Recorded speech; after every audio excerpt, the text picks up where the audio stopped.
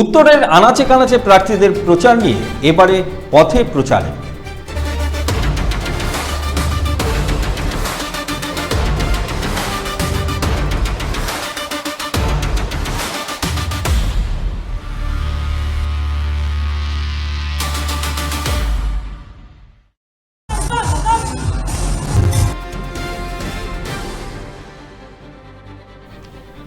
রায়গঞ্জের তৃণমূল কংগ্রেস প্রার্থী তথা রায়গঞ্জের বিদায়ী বিধায়ক কৃষ্ণ কল্যাণীর সমর্থনে শুক্রবার রায়গঞ্জ স্টেডিয়াম ময়দানে জনসভা করলেন মুখ্যমন্ত্রী তথা তৃণমূল সুপ্রিমো মমতা বন্দ্যোপাধ্যায়। মঞ্চে কৃষ্ণ কল্যাণী সহ জেলার ৯টি বিধানসভা কেন্দ্রের প্রার্থীদের সাথে আলাপ করালেন তিনি।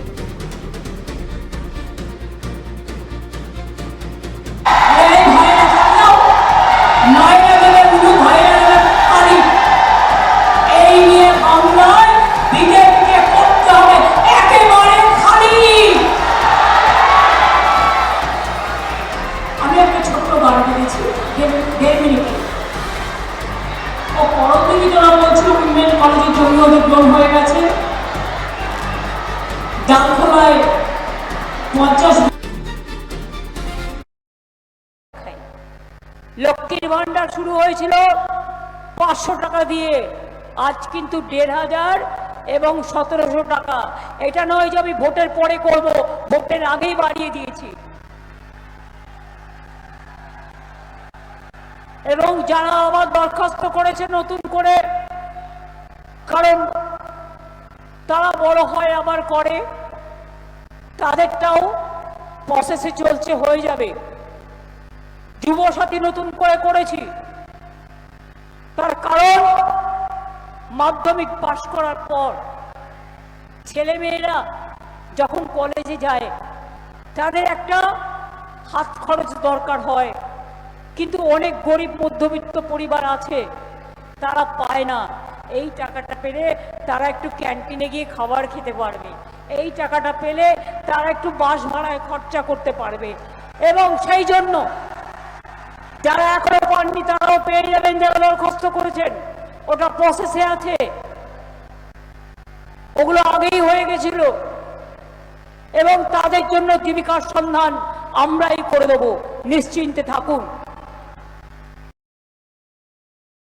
জেনারেল হসপিটাল জেলা পরিষদ জমি দিয়েছে, আমি এখনো কিছু বলতে পারছি না, কিন্তু যদি দিয়ে থাকে এবং প্রসেস যদি চালু হয়ে থাকে নিশ্চয়ই পরে দেখে দেবো যখন সময় আসবে। আমি বলি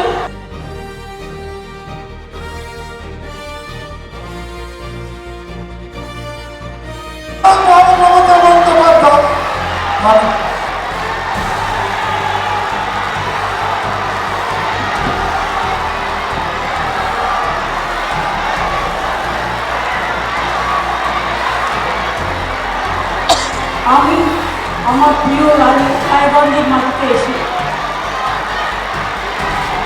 সকল মা ভাই বোনদের আমার শ্রদ্ধার নিবেদন করছি, আমার প্রণাম। শুক্রবার রায়গঞ্জের জনসভা মঞ্চ থেকে উন্নয়নের খতিয়ান তুলে ধরলেন রাজ্যের মুখ্যমন্ত্রী মমতা বন্দ্যোপাধ্যায়। পাশাপাশি একাধিক প্রকল্প নিয়ে বিজেপিকে কড়া আক্রমণ করলেন তৃণমূল নেত্রী।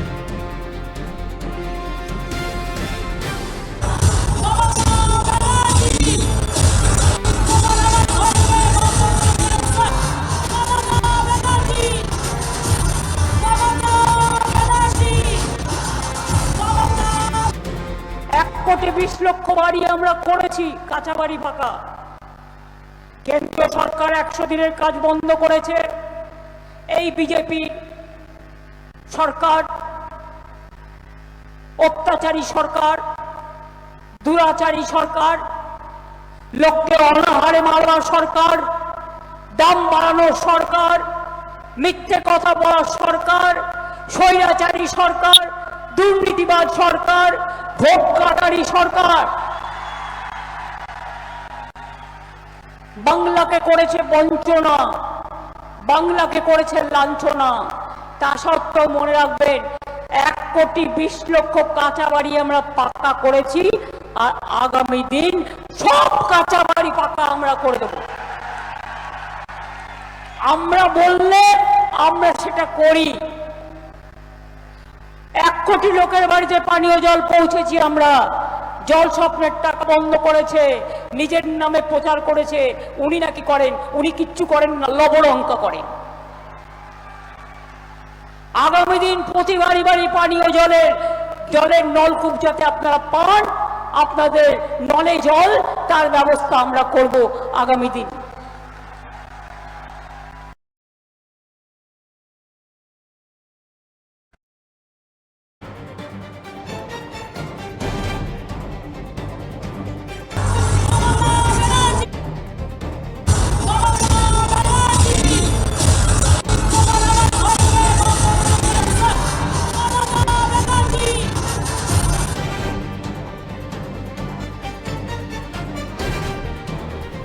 শুক্রবার রায়গঞ্জে জনসভায় বক্তব্য রাখতে গিয়ে মুখ্যমন্ত্রী বলেন, উত্তরবঙ্গকে আলাদা করে বিহারের সঙ্গে যুক্ত করার পরিকল্পনা চলছে।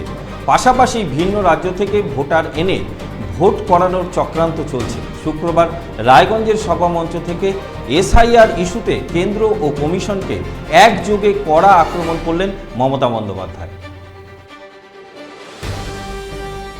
সেই জায়গা থেকে আসুন সবাই মিলে আমরা সংঘবদ্ধ হয়ে আমাদের এই কালিয়া, আমাদের এই উত্তর দিনাজপুরের 9টা যে বিধানসভা, সবকিছু করবো আমরা, আর বিজেপি ভোট কেটে গুটিয়ে দেবে গণতন্ত্রের চামড়া। এটা কখনো হয় না।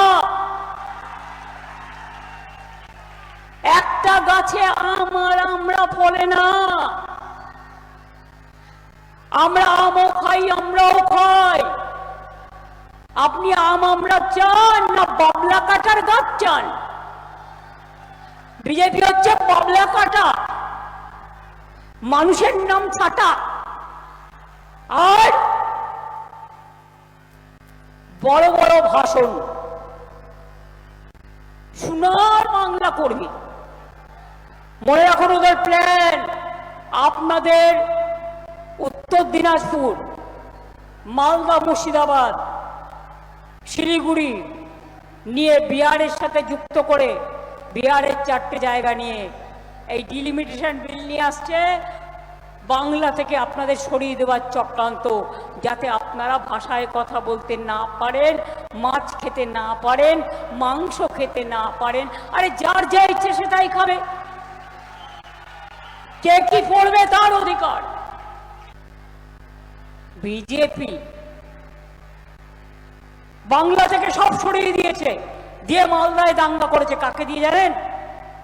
মুম্বাই থেকে নিয়ে এসেছিল পাগড়িধারী, টাকাধারী বিজেপি দল, ভোট কাটারি। হাতে নাতে গ্রেপ্তার করেছে। আজকে সকালবেলায় সিআইডি করেছে। ইলেকশন কমিশনের এনআইএ আসার আগেই অ্যারেস্ট হয়ে গেছে। বাগডোগরা থেকে পালাচ্ছিল। আমি সিআইডি কে অভিনন্দন জানাই।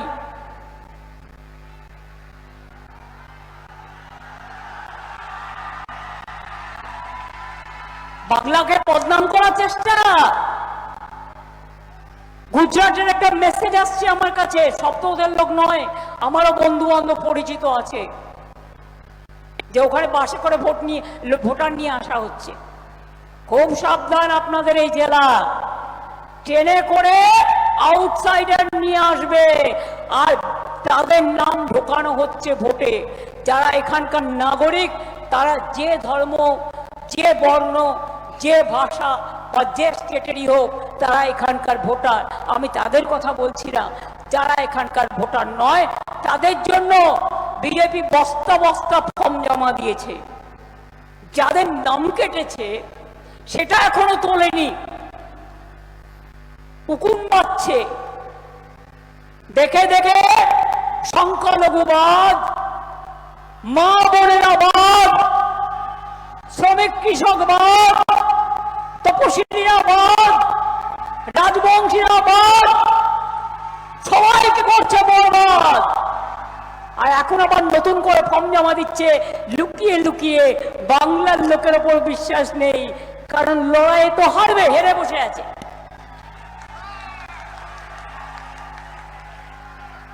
ওদের বলুন, ও মোটা ভাই, যতই সন্ত্রাস করো ভাই, যতই কুৎসা করো ভাই, সবার বাড়িতে ইলেকশনের আগে যতই ইডি করো ভাই অনৈতিক, যতই সিবিআই করো ভাই, যতই পুলিশ দিয়ে অত্যাচার করে ভাই, জেনে রেখে দিও বাইরের লোক দিয়ে টাকা আমদানি করছো, গুন্ডা আমদানি করছো, মানি লন্ডারিং করছো, ডাক করছো আমদানি, বাংলার বদনাম করে দিয়ে।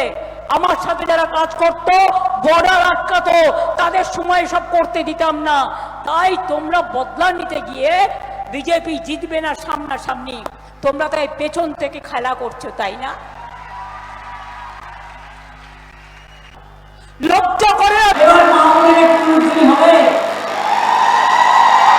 এই ভাইরা সামলাও, মায়েরা গেলে উনি ভাইরা গেলে পারি। এই নিয়ে বাংলায় বিজেপিকে করতে হবে একেবারে খালি। অবশেষে ইসলামপুর বিধানসভা কেন্দ্রে কংগ্রেস প্রার্থীর নাম ঘোষণা করল সর্বভারতীয় কংগ্রেস কমিটি। প্রার্থী করা হয়েছে গুড্ডি রিয়াজকে। প্রার্থীর নাম ঘোষণা হতেই উচ্ছ্বাসে ফেটে পড়েন কংগ্রেস কর্মী সমর্থকরা। ব্লক কংগ্রেসের পক্ষ থেকে প্রার্থীকে ফুলের মালা দিয়ে বরণ করে নেওয়া হয়।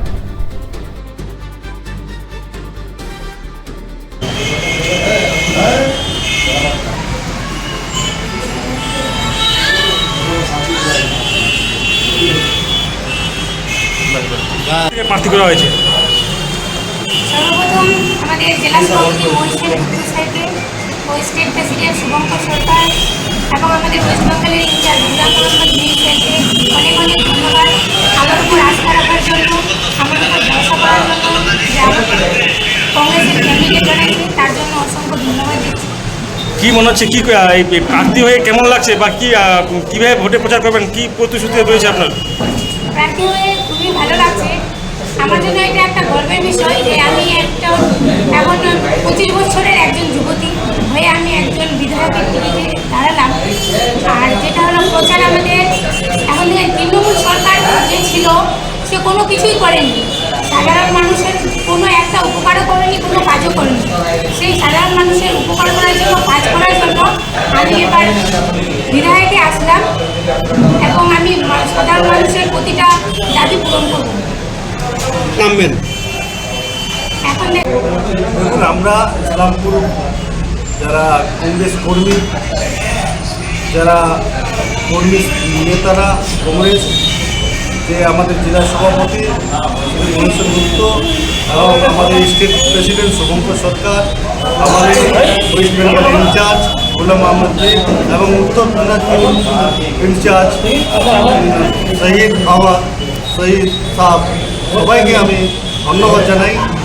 আজকে আমরা এই কারণে বসেছি যে আমরা অনেকদিন পরে একটা প্রার্থী পেলাম, যে ঘোষণা করতে করতে দেরি হলো, তার কারণে আজকে আমরা কালকে রাত্রেবেলায় ঘোষণা হয়, সেই ঘোষণায় আমাদের প্রার্থী ঘোষণা হলো কংগ্রেসের থেকে। যে অনেক লোক অনেক রকম বলছিল যে এখানে কংগ্রেস প্রার্থী মনে হয় করবেন না, তাও মানুষ ফোন করে আমার সারাদিনে 40-50টা করে ফোন ঢুকে আমি সবার ফোনে কথা বলি যে না, আপনারা ধৈর্য ধরুন, অবশ্যই আমাদের ক্যান্ডিডেট এখানে দিবে, আপনারা ভরসা রাখেন। কংগ্রেস যেহেতু বলেছে যে 254টা সিট একাই লড়বে, তাহলে একাই ঠিক সময় মতো সিদ্ধান্ত নিয়ে নিন। কি মনে হচ্ছে, লড়াইটা কার সঙ্গে হবে?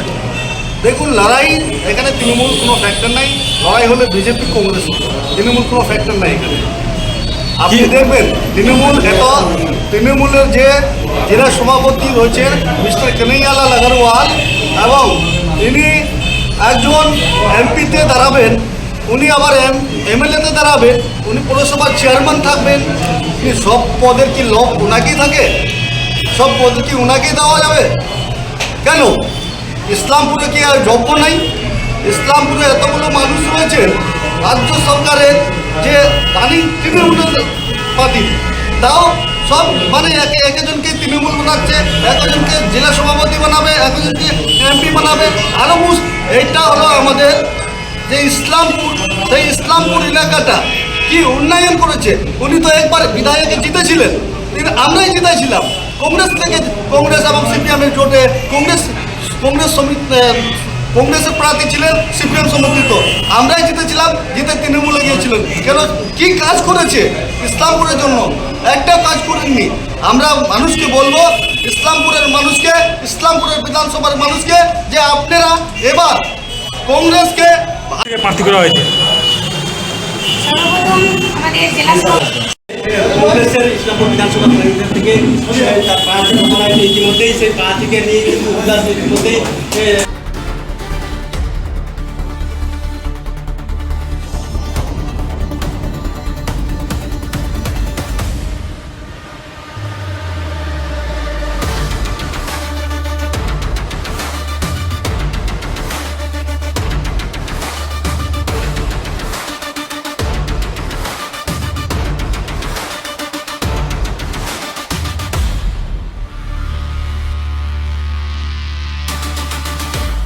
উকি মারেন কেন কর্তা? কে বলে বড় মাছের স্বাস্থ্য দেখে শরীর খারাপ লাগে বুঝি? আরে মাছেরা বলছে, এবার থেকে আপনার মাছেদেরও দিন কল্যাণীস প্রিমিয়াম ফ্লোটিং ফিশ ফিড। ভাসমানে খাদ্য আনে লক্ষ্মী মোদের ঘরে জলকে ছালাক ছালাক। ঘরের লক্ষ্মী আজই ঘরে আনো কল্যাণীস প্রিমিয়াম ফ্লোটিং ফিশ ফিড। ভাসমান খাদ্য।